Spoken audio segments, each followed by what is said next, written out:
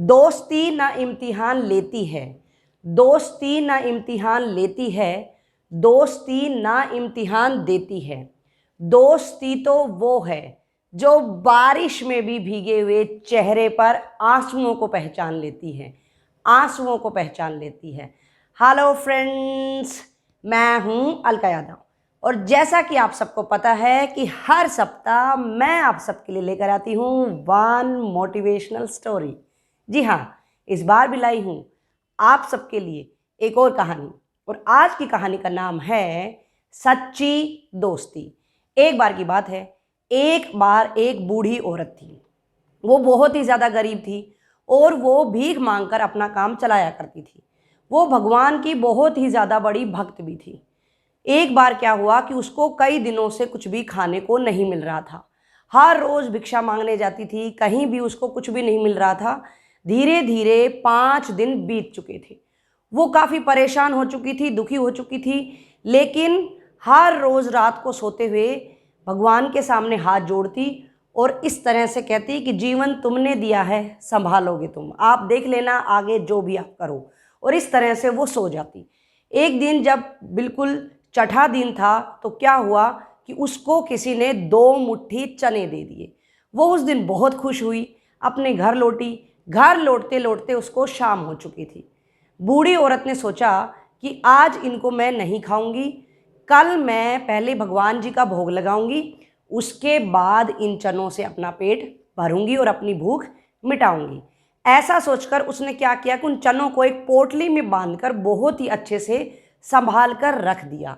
और ऐसा करते हुए एक चोर ने उसको देख लिया। उसको लगा हो ना हो इसके पास ज़रूर कोई सोने की ऐसी चीज़ है, कोई बहुमूल्य कीमती चीज़ है जिसको ये संभाल कर छुपा कर रख रही है। उस चोर ने वहाँ से उस पोटली को उठाया और वहाँ से वो भागने लगा। जैसे ही वो वहाँ से भाग रहा था, उसको ऐसा महसूस हुआ कि उसका कोई पीछा कर रहा है। वो घबराहट के मारे एक आश्रम में जाकर छिप गया। लेकिन आश्रम में भी उसको लगने लगा कि कोई ना कोई ज़रूर उसको देख रहा है, उसका पीछा कर रहा है। वो अपनी जान बचाने के लिए वहाँ से भी भागने लगा। जैसे ही भागने लगा, उसके हाथ से वो पोटली छुटकर गिर गई। इस तरह से चोर वहाँ से चला गया। वो आश्रम था गुरु संदीपन का, जहाँ पर श्री कृष्ण भगवान अपने मित्र सुदामा के साथ शिक्षा ग्रहण कर रहे थे। अगले दिन जैसे ही वहाँ पर सुबह हुई तो गुरु माँ ने देखा कि वहाँ पोटली गिरी हुई है। उन्होंने पोटली को देखा, उसमें देखा कि इसमें चने हैं। कृष्ण भगवान और सुदामा दोनों जंगल में लकड़ी लेने जा रहे थे। तो इसके बाद गुरु माँ ने वो पोटली सुदामा को दी और ये कहा जब भूख लगे तो दोनों खा लेना। बूढ़ी औरत की आंख खुली। उसने सुबह क्या देखा कि उसकी पोटली है जो वो गायब है। उसने मन ही मन में श्राप दिया कि जो भी उसकी पोटली में जो चने थे उनको खाएगा वो जीवन भर कंगाली में, गरीबी में जीवन काटेगा। और जो सुदामा थे उनको बचपन से ही बहुत ही ज़्यादा ज्ञान था। उनको बहुत ही ज़्यादा भविष्य और पहले की बातें जो कही गई हैं उनके बारे में पता चल जाता था। उनको पता चल चुका था कि यह जो पोटली है यह श्रापित है, इसको श्राप दिया गया है।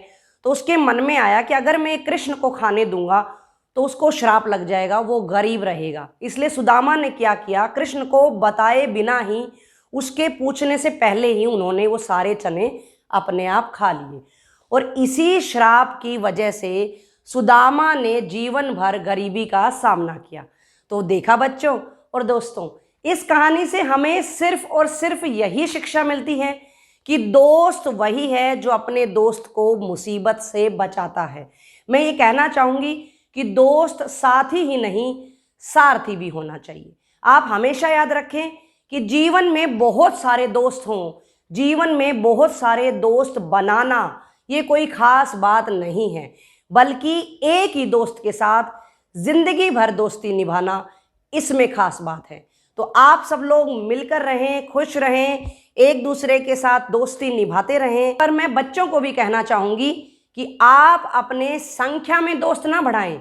ऐसे दोस्त चुनें जो आपके वाकई ही दोस्त हैं, जो आपके मुंह पर प्रशंसा ना करें बल्कि आपको अभिप्रेरित करें, आपके अंदर जो कमियां हैं उनको भी दर्शाएं, पीठ पीछे आपके बारे में बात ना करें। आप लोग समझदारी से दोस्त को चुनें और जिसके भी दोस्त बने हैं उसके प्रति भी अच्छे से दोस्ती निभाएं।